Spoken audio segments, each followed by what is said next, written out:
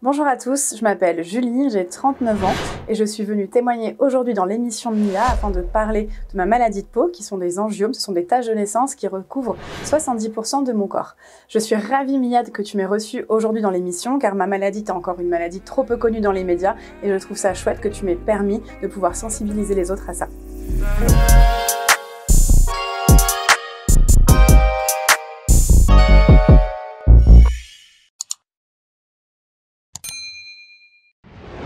Bonjour à tous et bienvenue dans votre émission de Pur Divertissement. Donc aujourd'hui on se retrouve avec Julie qui va venir nous raconter son histoire. On l'appelle aussi la fille avec des taches et vous allez comprendre pourquoi.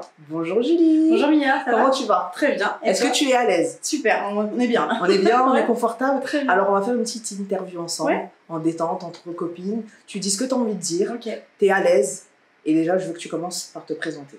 ok, très bien. Qui tu es, d'où tu viens. Ok, ben, comme tu l'as dit, je m'appelle Julie, j'ai 39 ans, je viens de Paris. Qu'est-ce que tu veux que je dise ce que je fais dans la vie? Oui. Ben, je suis depuis le mois de septembre influenceuse complètement. Ouais. Grâce à mon compte La Fille qui a des taches, Oui. je me suis complètement lancée dans l'aventure sur Instagram il y a 2 ans maintenant et auto-entrepreneur depuis le mois de septembre. Ça se passe bien. Très bien. Ça fait quoi d'être influenceuse? Alors, j'ai du mal encore à me considérer comme influenceuse, même si je sais que j'influence en quelque sorte par rapport à ce que je poste et à ce que je dis. J'ai eu pendant très longtemps aussi ce syndrome de l'imposteur, de me dire je comprends pas pourquoi les gens m'aiment, pourquoi les gens me disent que je les aide avec mon histoire, etc. Et maintenant ça va mieux. Ouais. Et je suis assez fière en fait de cette histoire, de mon parcours, et c'est une belle revanche en fait sur la vie. Ouais, c'est bien. Mais j'aime bien ce que tu viens de dire parce que tu l'as dit, j'influence les gens. Et les gens, ils comprennent pas que c'est ça le métier aussi d'influenceur, c'est déjà d'influencer les Bien gens. sûr. Et quelle est l'influence que tu as sur eux dans Alors leur moi vie? j'ai une influence sur l'amour qu'ils se portent sur eux, sur leur corps, l'amour de soi, le self-love, c'est vraiment mon combat. Ça fait partie de mon premier combat. Ouais. Après j'essaye aussi de lutter contre le cyberharcèlement et le harcèlement scolaire. Oh, Voilà. Je pense qu'il y a beaucoup de personnes qui vont être touchées. Déjà, n'hésitez pas à l'écrire en commentaire. Alors moi, je veux qu'on rentre directement dans le vif du sujet. Pourquoi tu t'appelles la fille avec des taches? Alors c'est la fille qui a des taches. Ah, la fille qui a des taches, très important. La fille qui a des taches, en fait, c'est le nom qu'on m'a donné toute ma vie. Tu vois, quand tu me connaissais pas, dans la rue ou à l'école, on me décrivait comme ça. Comme toi, on aurait pu dire la fille qui a une perruque violette, par exemple. Tu vois. Ouais. Moi, c'était tout le temps, tu sais, la fille qui a des taches. Et en fait, quand j'ai créé mon compte Instagram, ça coulait de source. Ouais. Je me suis dit, c'est une évidence, en fait, de l'appeler comme ça. De 1 pour faire un pied de nez à toutes les personnes qui ont pu se moquer de moi par le passé, et de 2 parce que je trouvais que ça bouclait la boucle, que Ouais. l'histoire elle était jolie comme ça. Mais de donc toute du manière. coup, on t'a appelé comme ça toute ta vie, mais quand tu étais jeune, c'était péjoratif quand tu... Oui, c'était totalement péjoratif, ou alors pas tout le temps, tu vois. Après, quand j'ai grandi, j'ai bossé dans un club de vacances, et les gens qui voulaient travailler, enfin se retrouver dans le même hôtel que moi l'été suivant, disaient à ma responsable, on veut se retrouver avec, vous savez, la fille qui a des taches là, parce qu'en fait, ils ne retenaient pas mon nom, et j'étais tout le temps décrit de la sorte en fait. Et c'est ton identité maintenant, ce pseudo? Ça fait partie de moi. Ça te définit? Ce n'est pas que moi. Je ne suis pas qu'une fille qui a des taches. Ça, on va le voir aujourd'hui, du coup, dans l'interview. Alors, du coup, est-ce que tu peux nous parler? Est-ce que je pourrais dire que c'est une maladie? Est-ce que je peux... On va dire que c'est une pathologie. D'accord. Parce que c'est pas grave. Dans mon cas, il y a eu quelques petites complications, mais c'est pas le cas de tout le monde. Moi, j'ai des complications parce que j'en ai quand même partout sur le corps. J'en ai sur 70% de mon corps. Donc c'est quand même énorme. Ouais. Du coup, ça a découlé des problèmes cardiovasculaires qui eux, sont des maladies. D'accord. Mais pour le coup, un angiome, c'est une tache de naissance. Alors, ça s'appelle un angiome. Voilà, est-ce que un tu as? angiome. Il faut savoir qu'il y a un enfant sur 10 qui naît avec un angiome. D'accord. Mais comme la plupart du temps, il est tout petit, Ouais. il s'efface en grandissant. Donc, tu as souvent des bébés qui vont naître avec un petit angiome sur le visage ou sur le corps. Et en grandissant, il s'efface. Moi, comme j'en avais trop, et qu'il était assez épais. En fait, il y a bien 2 mm de différence entre ma peau blanche et la peau rosée, entre guillemets. Et donc, comme il était trop épais, il n'est jamais parti, en fait. D'accord. Voilà. Et donc, il y a des endroits où tu en as, Oui. et d'autres où tu n'en as pas. Exactement. Mais sur le visage, par contre, tu as... Sur le visage, j'ai été épargnée. Tu as été épargnée. Je ne sais pas pourquoi, mais bon. Et ça arrivait à partir de quel âge? Alors, je suis née comme ça. Ah, t'es née Oui. dès la naissance? Oui, oui. D'accord. Ouais, je suis née, des taches de naissance. C'est comme une tache de naissance, Exactement, c'est la même chose. Ok, mais est-ce que tes parents, ils n'étaient pas préparés? Alors surtout que ma maman, elle avait 17 ans quand elle m'a C'est eu. pas vrai? Ouais, alors elle était encore moins préparée, je crois. C'est trop bien. Quand on est jeune et qu'on devient mère, c'est compliqué. Mais en plus de ça, quand ton enfant a une différence, c'est très, très difficile à gérer. Carrément. Quand je suis née, j'étais toute bleue. Et elle a eu très très peur parce qu'elle a cru que j'étais décédée en fait. Donc c'est vrai qu'elle me parle pas souvent de son accouchement parce que ça a été quand même très traumatisant. On en parle aujourd'hui parce que j'en parle un peu sur les réseaux de cette histoire, etc. Ouais. Donc elle se confie un petit peu à moi par rapport à ça, mais ça n'a jamais trop un sujet. C'est vrai qu'aujourd'hui, je pose la question à mes parents comment vous l'avez vécu, et qui me racontent des anecdotes alors qu'il y a 10 ans en arrière, j'y pensais même pas. À la maison, c'était tabou? Non, c'était pas tabou, c'est qu'ils ont pris le parti de pas en parler dans le sens où pour toi, pour nous, t'es normal, et ça va être un sujet, ou même par rapport à mes frères et sœurs, ne pas me mettre au-dessus en priorité, parce que Julie, elle a des angiomes, alors on doit... Alors pas du tout. Après, c'est vrai qu'on en parlait quand il fallait aller à l'hôpital, quand j'ai été malade, parce qu'on en parlera, je pense, après, mais j'ai fait du laser, etc. Donc toutes ces fois-là, on en parlait à la maison, mais c'est vrai que comme c'était pas un sujet, quand j'ai commencé à me faire harceler à l'école, comme à la maison c'était pas un sujet, j'en ai même pas parlé à mes parents. Tu vois, je leur en parle que maintenant. Donc tes parents n'étaient même pas au courant de l'harcèlement que tu subissais? Non. Il y a eu une histoire que je leur ai racontée parce que j'étais toute petite et que j'estimais que je devais en parler à mes parents. Enfin, j'avais 6 ans et ça m'avait tellement choquée que je me suis dit, c'est pas normal. Ça, il faut que je le raconte à mes parents. Mais après, au collège, lycée, je leur parlais pas de ça. Ok. Mais je te coupe déjà parce que tu m'as dit 6 ans. C'est un âge très jeune. Oui. Donc à 6 ans, tu avais déjà été dans une situation où tu étais dans un malaise. Tu veux que je te raconte? Je veux bien. J'étais en CP et dans ma classe, j'avais un petit garçon qui avait la leucémie, donc il n'avait pas de cheveux. Et dans la classe, la maîtresse nous mettait tout le temps à côté, tous les deux. Toutes les activités sportives, dès qu'il y avait un travail de groupe à faire, c'était moi et lui parce qu'on était les deux différents de la classe.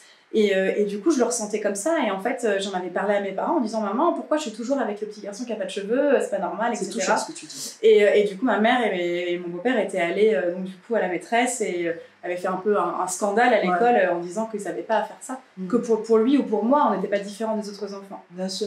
Mais tu vois, c'est important ce que tu dis parce qu'il y a des personnes peut-être qui vont nous regarder, qui n'ont pas de syndrome comme toi, mais qui sont touchées par ce que tu dis vis-à-vis du harcèlement. Et je me rends compte que le harcèlement scolaire, c'est pas toujours dû à un élève qui harcèle un autre. Non. Ça commence déjà avec le professeur. Oui, bah, complètement. Combien de fois le prof m'a appelé et toi avec les tâches ou m'a appelé Julie? Ah ouais. Oui. Et ça t'a marqué aujourd'hui? Oui, ça m'a marqué. 39 ans, tu t'en souviens bien sûr. C'est des mots qu'on ne peut pas oublier. C'est incroyable. Et c'est hyper important. Et pour ceux qui me regardent, ne faites pas l'erreur que j'ai faite. C'est-à-dire que toutes les personnes qui se font harceler à l'école, il faut en parler. Ouais, il faut en parler. C'est hyper important. Et du coup, quand tu regardes ta vie aujourd'hui, et le fait, surtout ton enfance, le fait que tu n'as pas parlé de ça à tes parents, qu'est-ce que ça aurait changé si tu en avais parlé à tes parents? Je pense qu'ils auraient pu m'aider psychologiquement parce qu'il y a une époque où ça m'a complètement atteint, j'étais triste par rapport à ça. J'étais une très très bonne élève jusqu'en 3e. J'étais toujours la première de la classe et c'est vrai que si tu demandes à mes parents, ils vont te dire de toute façon Julie, dès qu'elle a compris qu'il y avait des garçons qui existaient, elle a arrêté de travailler à l'école et elle a fait n'importe quoi. Elle faisait toujours renvoyer, elle faisait des bêtises. C'est vrai que j'ai fait pas mal de bêtises quand je suis arrivée en fin de collège, début de lycée. Mais comme tout le monde. Comme tout le monde, mais en fait, encore plus que les autres. C'est-à-dire que s'il y avait une manif, j'étais la première à emmener les autres. T'avais cet instinct de rébellion un peu? C'est ça. Et en fait, mes parents pensaient que c'était la crise d'adolescence. Mais moi, en fait, c'est là j'ai fait l'erreur de pas leur en parler. C'est que moi, à l'époque, j'étais tout le temps mise de côté. Tu vois, jusqu'en 4e, début de 3e, j'étais celle avec qui on sortait pas. Tu vois, l'époque de 4e, 3e, tu commences à t'intéresser aux garçons. Moi, les garçons, ils voulaient pas de moi parce que j'avais des tâches. J'étais trop la honte de sortir avec la fille qui a des tâches. Parce que, à part 2-3 copines, j'étais pas trop entourée. J'étais tout le temps mis de côté. Dans la cour, on se moquait de moi. Enfin, tu vois, j'étais tout le temps pointée du doigt. Et en fait, quand j'ai redoublé ma 3e et arrivé à mon redoublement de 3e, je dis stop. Cette fois, j'en ai marre.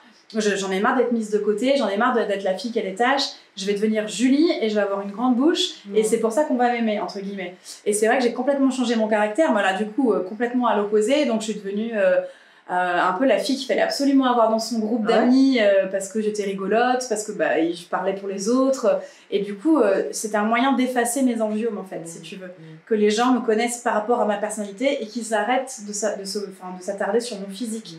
Et c'est vrai que mes parents me disent qu'à l'époque, j'avais arrêté de travailler parce que pour le coup, je m'étais concentrée uniquement sur ma personnalité, celle qu'il fallait absolument faire rire les élèves et la prof, tu sais, en cours. Tu vois ce que je veux dire? Tu caches ton complexe derrière le rire. C'est ça, c'était ça. Et donc, du coup, je suis devenue un peu la rebelle. Parce qu'à l'époque, voilà, c'était comme ça, quoi. Mais t'as gardé ce côté-là parce que, regarde, on se connaît pas. T'es arrivé tout à l'heure en dehors des caméras et la première chose que je t'ai dit, c'est que tu prends toute la place, t'as un soleil. Ouais. Donc au final, il y a eu du monde puisque tu l'as gardé jusqu'à maintenant. Oui, je l'ai gardé. Après, j'ai travaillé pendant 10 ans. T'es moins rebelle? Non, je suis plus rebelle, mais c'est vrai qu'on me le dit souvent, en fait, que je suis un peu trop, tu vois, que je prends de la place sur tout, tu vois. Ouais. Et que je pense que c'est ma personnalité qui est comme ça. Et Tu changerais? Non.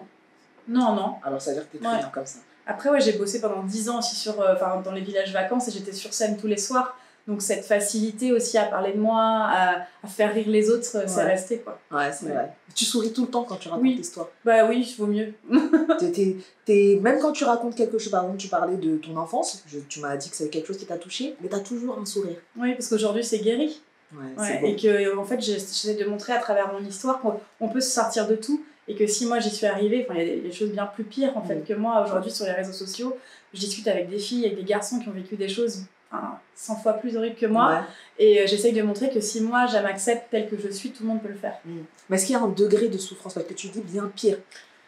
Il n'y a pas de degré. Non, il n'y a pas de degré après chacun. C'est propre à chacun si tu veux. Mais des fois, je me sens un peu petite par rapport à d'autres histoires qu'on me raconte. Et je me dis, mais Julie, enfin, je me plains jamais. Mais je me dis encore plus, tu as encore moins le droit de te plaindre quand j'entends d'autres histoires. Je vois ce que tu veux dire. Ça aide, ça rassure. Oui. Je veux qu'on revienne donc, du coup sur ton enfance, sur l'adolescence. Donc on va y aller crescendo. On a parlé quand tu avais 6 ans. Donc tu as été confrontée vraiment à ta première discrimination à peu près à l'âge de 6 ans. Oui, et encore, moi je me rappelle pas d'avant, mais ma maman m'a dit que plusieurs fois elle s'était fait arrêter dans la rue, qu'on l'avait insultée en lui disant vous avez pas honte de brûler votre fille. Si, plusieurs fois. Bah, attends, on était dans les années 80, les gens ils étaient un peu fermés d'esprit. Ah ouais, j'imagine. C'est plus comme maintenant, même si encore aujourd'hui ça m'arrive de me faire moquer de moi dans le métro. C'est pas vrai? Oui, on en reparlera, je pense, d'avoir plein de réflexions, mais à l'époque, déjà dans les années 80, ma maman, plusieurs fois, c'est arrivé, elle m'a raconté qu'une fois elle était allée à la pharmacie pour me prendre un médicament, et elle m'avait dans les bras, et la pharmacienne lui a dit avant de lui prendre du Doliprane, il va falloir lui acheter de la biafine à votre fille, vu comment vous la maltraitez, vous la brûlez. Voilà. Les gens sont ignorants aussi par rapport à ça, ils pensent que c'est des brûlures. C'est ça. Voilà. Peut-être que eux, c'est leur manière aussi, parce que si c'était réellement des brûlures, c'est leur manière de te venir en aide. Bien sûr. Mais là, c'est pas le cas. Non, c'est pas le cas. C'est quelque chose aussi qui n'était pas connu. C'était pas très connu, et puis pour ma maman, on parle de ça, elle avait 18 ans quoi. Donc c'est difficile aussi à gérer ce genre de réflexion quand on a 18 ans, qu'on a son bébé dans les bras. C'est ça. Qu'on lui a rien fait. Donc 6 ans, ensuite on est en primaire. Oui. En primaire, comment on vit J'ai pas trop de souvenirs de la primaire, bizarrement. Tu vois, je pense que je me suis restée focalisée sur cette expérience de quand j'avais 6 ans. Après, mes souvenirs arrivent plus vers le collège, à l'entrée de 6e. Alors, on y vient directement. J'ai très peur.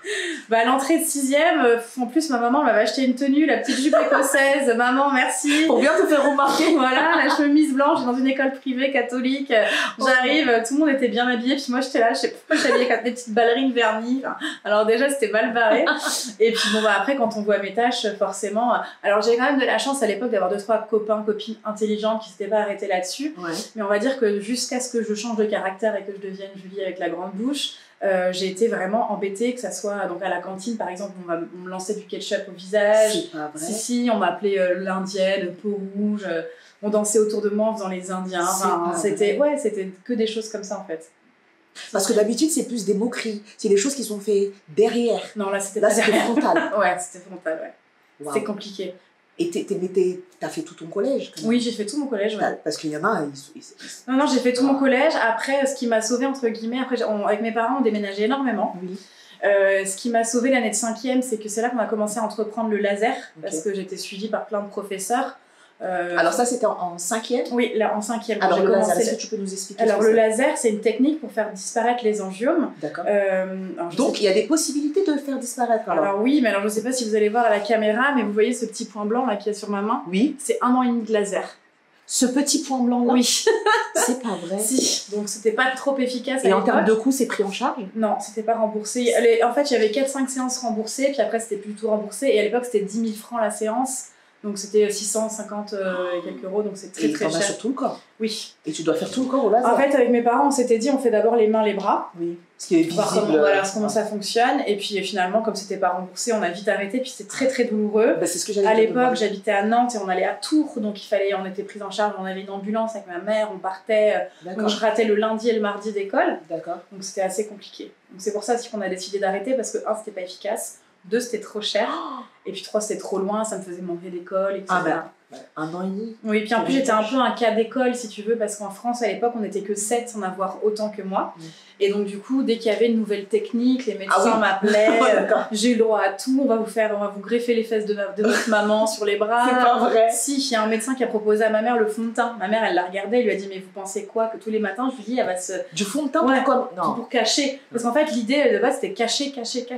Et est-ce que c'est pas ça le problème en France? C'est qu'on cherche une solution pour camoufler plutôt que d'accepter de vivre avec. Exactement, c'est exactement ça. Ouais. En fait, à aucun moment j'ai été suivie par un psy qui m'a dit, qui m'a aidée à les accepter. Les médecins, c'était on va tout faire pour vous les enlever. Alors qu'au final, j'étais en bonne santé, il n'y avait aucune raison de faire enlever mes angiomes. Parce que au final, ce que tu as, le syndrome, parce que moi je n'ai pas envie de dire une maladie, parce que je ne pense pas que ce soit une maladie. C'est pas une maladie. Le syndrome que tu as, il est visuel. Oui, il est mais ça veut dire que à l'intérieur de ton corps, tout va bien. Tout va bien, sauf qu'après en grandissant, j'ai eu des petites complications, mais ce n'est pas le cas de tout le monde. Donc je tiens bien à le dire aussi. Que mon cas est unique, voilà, parce que les gens aussi beaucoup sur les réseaux me disent est-ce que je vais avoir comme toi, etc. Déjà, je suis pas médecin, donc j'en sais rien. Et après, c'est vraiment chaque personne est différente aussi par rapport à cette maladie. Voilà. Donc on s'était arrêté en 5e. Alors, donc on monte un peu le niveau, 4e. 4e, 3e. Je dis la 4e, 3e, ça a été le moment où, en plus, ton corps il commence à se développer. C'est ce que j'avais moi, j'étais la seule dans ma classe qui n'avait pas de poitrine et qui n'était pas réglée. C'est pas vrai. Alors du coup, j'étais hyper complexée déjà de ça parce que j'étais complètement plate, ce qu'on appelle. J'avais pas mes règles et en plus ça, j'avais des angiomes. Donc, et puis les garçons ne voulaient pas sortir avec moi, donc c'était compliqué. On se rend pas compte, mais quand les garçons ne veulent pas sortir avec nous, ça fait mal. C'était difficile. Mon premier râteau. Puis en plus, à l'époque, t'allais voir le garçon, tu lui disais tu veux sortir avec moi? Non. Ah d'accord. Bon, t'étais pas encore à l'époque où t'écrivais le mot? On n'avait pas. Ouais, non. Ah, moi j'écrivais le mot. Ah ouais, t'écrivais des mots? Oui, non, nous on se le faisait passer. On avait le courage d'aller voir le garçon à la récré. Est-ce que tu veux sortir avec moi? Et t'as dit non. Non, ok. Greg, si tu me regardes. C'est Greg, c'est pas vrai! Tu te souviens? Oui, je me rappelle. Il avait une veste scotch, il avait une petite mèche comme ça. Mais c'est pas vrai! Un bomber scotch, tu sais. C'était la mode à l'époque. Je meurs. Alors là, il va voir l'interview, il va m'envoyer un message. Greg, si t'es là, tu l'écris en commentaire. Tu regrettes? Est-ce que tu regrettes? Entre-temps, les seins se sont développés, le corps s'est développé. Non, mais c'est vrai que. Non, mais c'est ouf parce que ça marque. Hein. Ouais, on en rigole, mais c'était pas facile parce que vraiment, quand tu vois. En fait, tu te sens complètement différente, surtout. Quand t'es femme, puis en plus, c'est pas le genre de sujet que tu parles avec tes parents. C'est ça. Enfin, tu vois. Mais t'avais des frères et sœurs, tu vois? Oui, mais alors ils sont beaucoup plus petits que moi. Tu vois, mon petit frère, il est né, j'avais déjà 7 ans. Et ma petite sœur, elle est née, j'avais 11 ans et demi. Et j'ai d'autres petites sœurs aussi chez mon papa, mais on s'est pas trop vues pendant l'enfance, donc c'est vrai que c'est pas facile. C'est un peu compliqué. Donc tu pouvais en parler à qui alors? Ah bah mes copines. Mon journal intime. C'était ton journal intime. C'est ça, les copines que t'avais. Ça renforce les liens. Complètement. Et du coup, est-ce qu'elles arrivent à te comprendre? Parce que comprendre une pathologie que tu ne vis pas. Si. Puis c'est les premières à me défendre aussi quand on se moquait de moi. Ah ouais, c'est vrai? Ouais. Elle te défendait? Ouais. T'es copine encore avec eux? Alors, il y en a une avec qui j'ai encore gardé contact du lycée. Sympa, ça. Franchement, c'est sympa. Vous parlez un peu des anecdotes et tout. C'est ça. Ça te fait plaisir aujourd'hui? Oui, et puis aujourd'hui aussi, ce qui me fait rire, c'est que j'ai des gens qui me contactent, qui étaient avec moi au collège, c'est pas vrai. Au lycée, qui me reconnaissent, qui me disent mais t'étais pas dans ma classe. Mais c'était les méchants ou les gentils ceux-là? J'ai plus trop souvenir pour le coup, tu vois. Après je me dis bon, s'ils me contactent, c'est que bon. Après je sais qu'il y en a. Même si c'était les méchants, peut-être qu'ils ont changé. Oui, après ils avaient 13-14 ans, donc on va leur tout le monde envoie à l'erreur. Oui. Mais c'est vrai que c'est rigolo avec les réseaux sociaux. L'autre fois il y a quelqu'un qui m'a dit oui, tu m'as marqué, je me souviens de toi au lycée. Et c'est vrai que sur le coup, je me souvenais pas, mais dès qu'il m'a dit son prénom et tout, c'est fou en fait de se rappeler. Et c'est là où tu te rends compte que parce que j'avais des angiomes mais que j'avais entre guillemets une grande bouche, on s'est souvenu de moi, tu vois. Mais c'est beau parce qu'avant on se souvenait de toi parce que tu avais des angiomes, et aujourd'hui on se souvient de toi parce que tu as des angiomes et parce que tu as une personnalité. Oui, aussi. Et c'est encore bien mieux. sûr, j'ai tout gagné. Ouais, c'est encore mieux. Et donc du coup, au niveau des relations amoureuses, c'est quand que tu as eu vraiment ta première relation? Mon tout premier amoureux, vraiment. Pas le petit bisou derrière les buissons. Non, pas le petit bisou.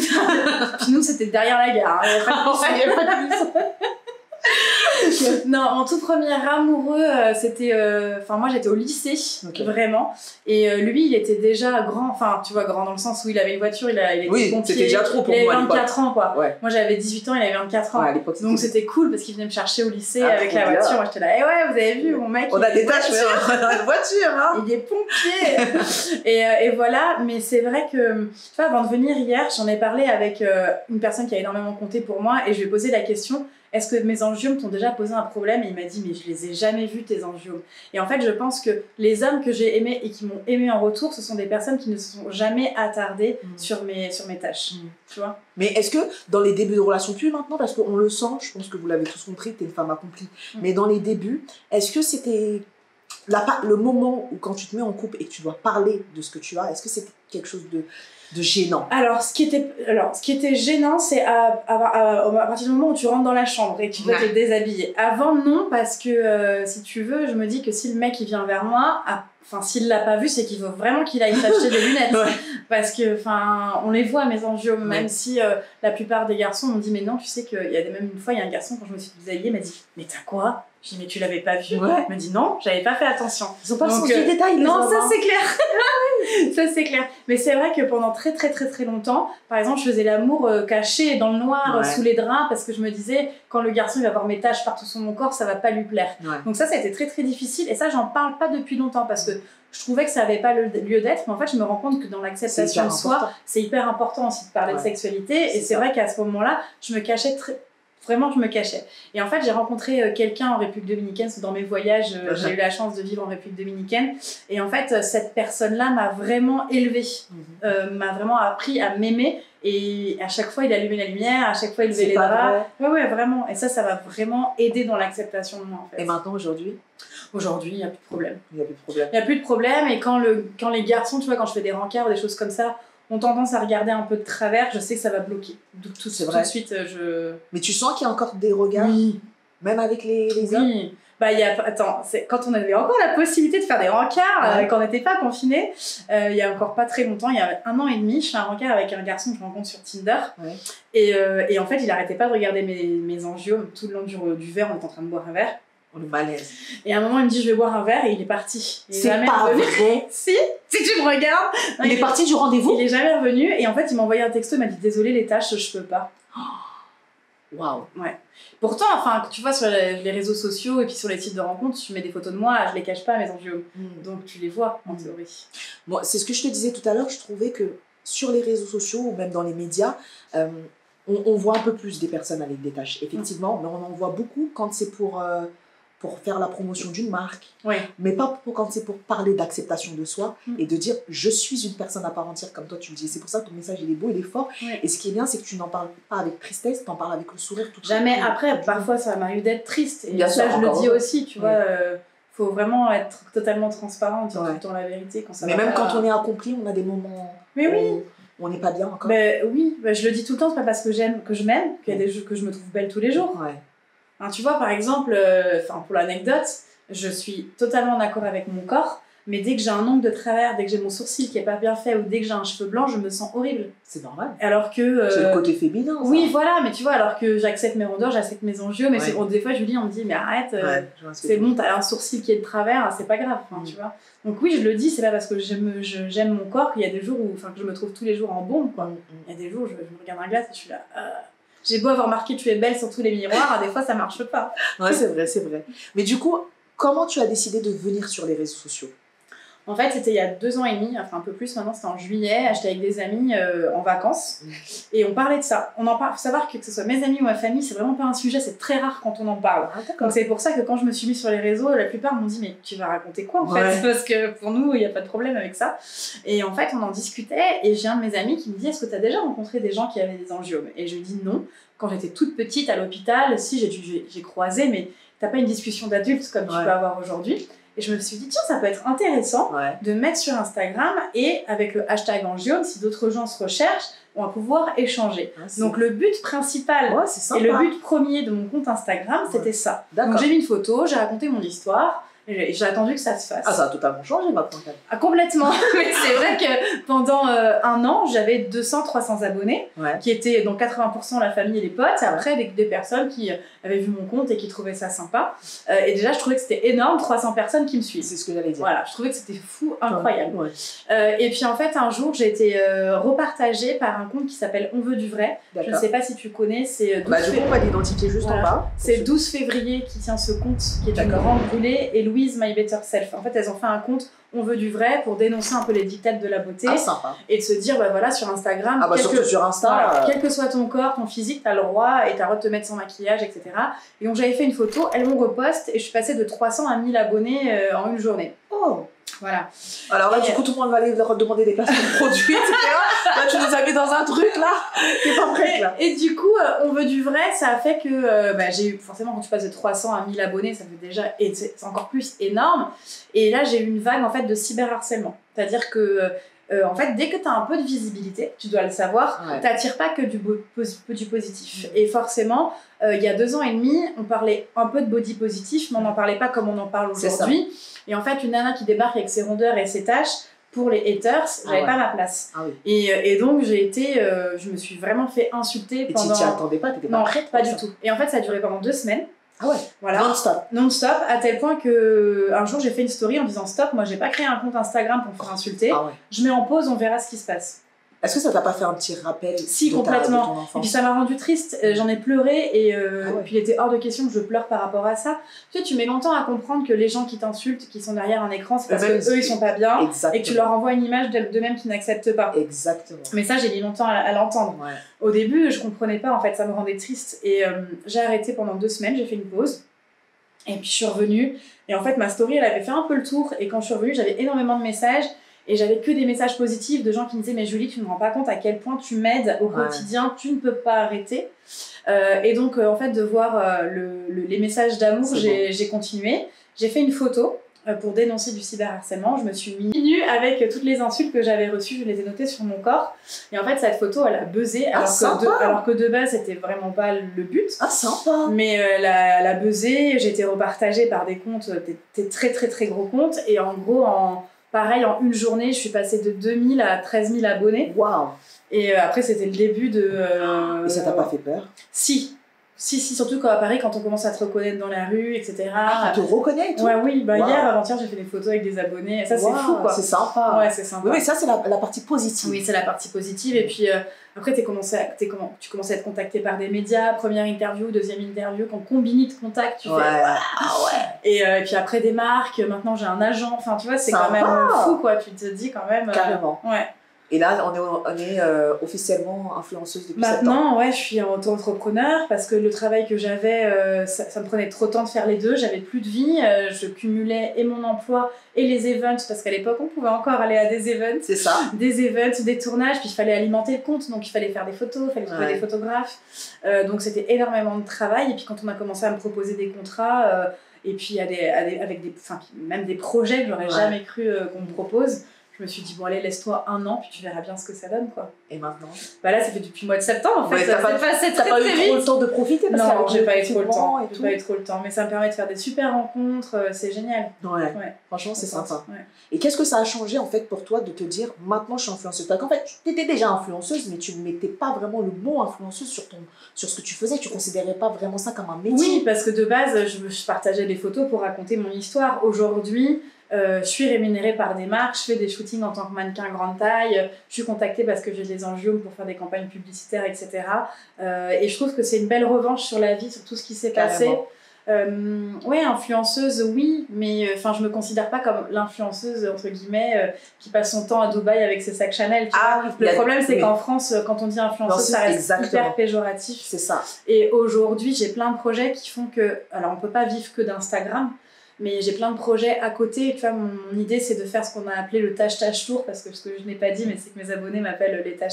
Oui, c'est trop Et en fait, l'idée, c'est d'aller dans le maximum d'établissements scolaires pour sensibiliser les jeunes au cyberharcèlement, au harcèlement scolaire, pour raconter mon histoire et à chaque fois emmener des personnes avec moi qui ont subi du harcèlement ou emmener un policier pour voilà. Et donc vraiment c'est mon projet en fait. À la base c'était mon projet 2021. Bon là avec le Covid c'est un peu voilà. C'est un peu chaud. Mais j'ai des premières dates en mars et avril dans des écoles dans le sud de la France, donc je suis contente, ça commence à fonctionner. Ah c'est super sympa. Je lance aussi, j'ai lancé ma chaîne YouTube aussi où je reçois des gens.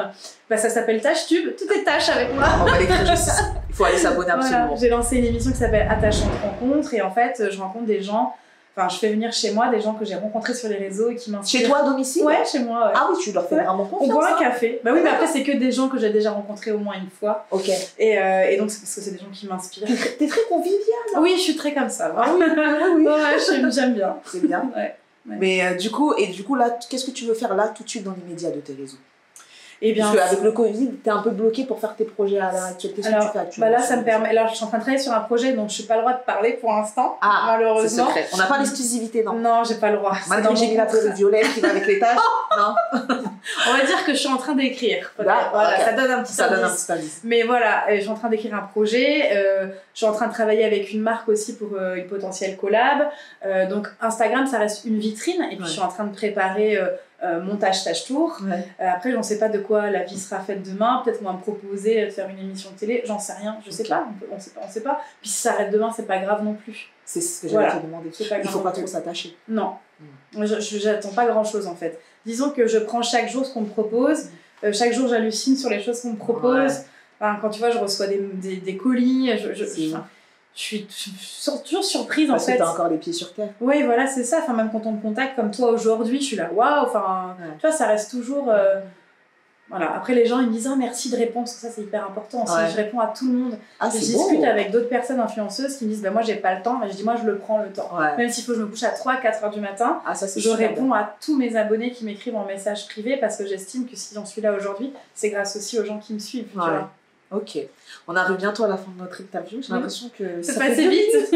Alors je vais juste te poser une question que je me pose. Je me dis, si demain on inventait un remède qui serait pas trop cher, qui serait pas trop douloureux, est-ce que du coup tu accepterais de le faire, sachant que du coup tu n'aurais plus tes tâches? Non, je le ferais pas. Ça fait partie de ton identité. Oui, ça fait partie de mon identité. Et puis en fait, si tu veux, il y a quelques années, quand je suis revenue de l'étranger, parce que tu sais, j'ai travaillé pendant très longtemps à l'étranger, quand je suis revenue en France, je me suis retrouvée dans la position où j'étais quand j'étais au collège.